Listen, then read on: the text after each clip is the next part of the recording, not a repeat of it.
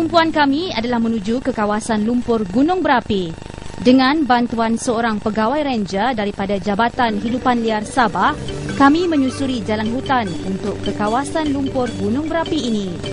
Perjalanan kami agak mencabar kerana keadaan permukaan tanahnya agak lembap, terutama sekali selepas waktu hujan. Alhamdulillah, akhirnya kami sampai juga di Menara Perhatian Hidupan Liar yang terletak di Rizab Hidupan Liar, Sabin.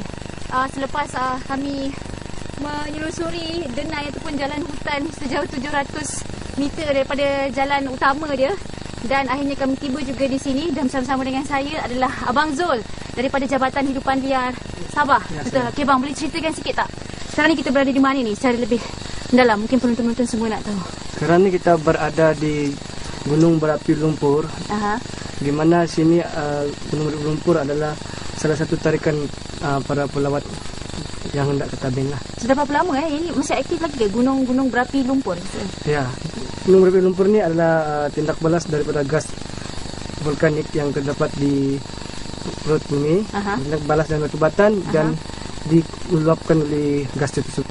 Kami kemudiannya meninjau dengan lebih dekat lagi keadaan sebenar kawah lumpur Gunung Berapi tersebut.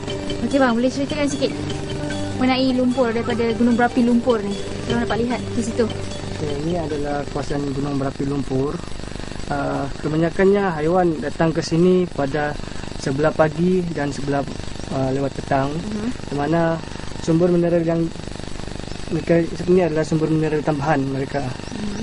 Untuk ada menurut kajian pakar, lumpur ini adalah obat kepada penyakit kulit seperti panau dan penyakit kulit lain. Di Parlimen Silam juga sebenarnya banyak kesan atau tapak tinggalan tamadun sejarah manusia yang menunjukkan banyak kuasa asing pernah bertapak di bumi Silam suatu ketika dahulu. Kampung Silam yang terletak di daerah Lahad Datu telah ditemui kewujudan kawasan tanah perkuburan Cina yang dipercayai berusia lebih dari 300 tahun.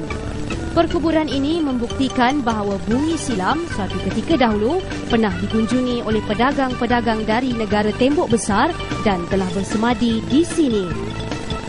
Tidak jauh dari kawasan tanah perkuburan Cina lama itu, terdapat satu lagi kesan peninggalan sejarah yang dianggap penting di Parlimen Silam, iaitu Observation Spot. Dipercayai telah dibina oleh pihak tentera British. Sehingga kini, kaki tangan Pusat Khidmat Ahli Parlimen Silam masih lagi menjalankan kajian bagi menentukan kesahihan sejarah batu penanda kawasan ini. Kawasan Parlimen Silam, kata orang putih, there is a lot of things that we can offer. Ramai yang tidak tahu itu juga lava gunung berapi yang mempunyai kualiti yang tinggi, dan mengikut kajian yang telah dibuat oleh pihak Universiti UMS bahawa dia punya lava itu antara yang terbaik kalau dibuat untuk kosmetik, boleh menghaluskan kita punya kulit. Dan kalau dari segi masyarakat Cina, saya sangat alu-alukan sebab di kawasan Parlimen Silam terdapat tanah perkuburan masyarakat Cina yang berusia 300 tahun yang ramai tidak mengetahui rakyat di kawasan kita ini. Oleh kerana kedudukan Parlimen Silam terlindung dari tiupan angin kencang, maka aktiviti penternakan ikan dalam sangkar amatlah bersesuaian sekali. Destinasi seterusnya, penjelajahan kru Kabar Malaysia bersama ahli Parlimen Silam Yang Berhormat Haji Saleh Haji Kaudi ialah ke Kampung Pulau Tengah melawat ke pusat aquakultur yang telah diusahakan oleh seorang usahawan berjaya tempatan. Perjalanan menaiki bot ke Pulau Tengah mengambil masa lebih kurang 40 minit bergantung kepada keadaan laut. Ketibaan kami telah disambut oleh Encik Irunji Haji Parija dengan beberapa orang kaki tangan beliau. Encik Irunji sebenarnya menjalankan aktiviti penternakan ikan dalam sangkar di perairan Pulau Tengah ini.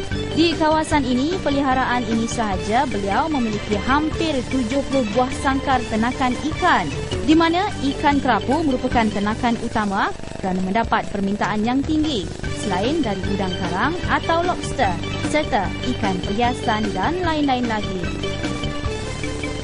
Selain menjalankan ternakan ikan, Encik Irunji cuba mempelbagaikan aktiviti untuk keselesaan para pengunjung yang berkunjung ke situ. Kepada mereka yang inginkan kedamaian atau kepada kaki pancing, beliau turut menyediakan kemudahan tempat penginapan yang merupakan 4 buah bilik penginapan lengkap dengan tandas serta restoran bagi pelancong yang merancang untuk bermalam di sini. Dari Irunji Aquaculture ini, kami kemudiannya meninjau ke Pulau Sakar yang terletak tidak jauh dari situ. Uniknya, masyarakat yang menghuni di Pulau Sakar ini terdiri daripada suku kaum Bajau dan suku kaum Suluk. Kami telah dijamu dengan hidangan masyarakat Bajau yang tidak pernah kami rasai sebelum ini. Antara yang menjadi tarikan adalah hidangan rumpai laut atau seaweed, ketam, ikan serta makanan penduduk tempatan iaitu sanglak dan bintu.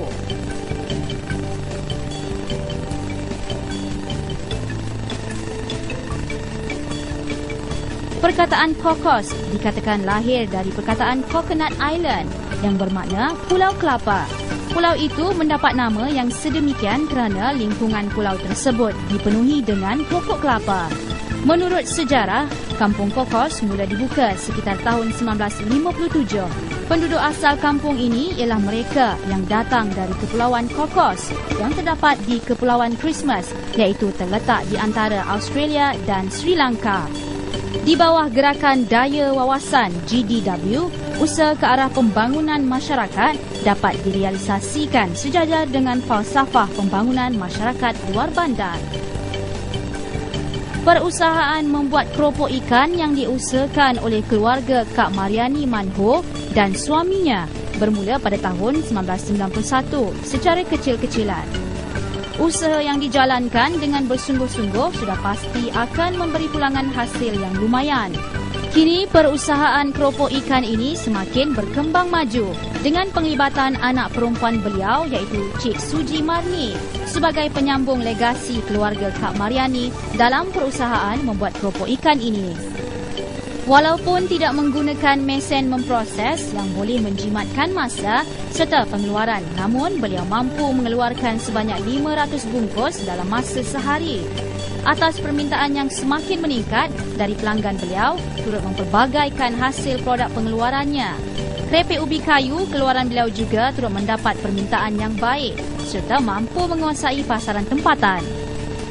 Yang berhormat Tuan Haji Saleh Haji Kalbi turut menekankan aspek pembangunan kawasan serta rakyatnya yang mana ianya merupakan usaha berterusan yang mampu mencorak ke arah kegemilangan masyarakat.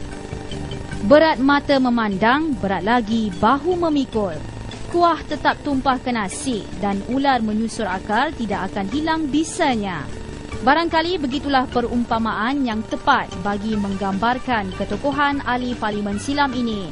Amanah dan tanggungjawab yang digalas di bahu beliau cukup besar sekali.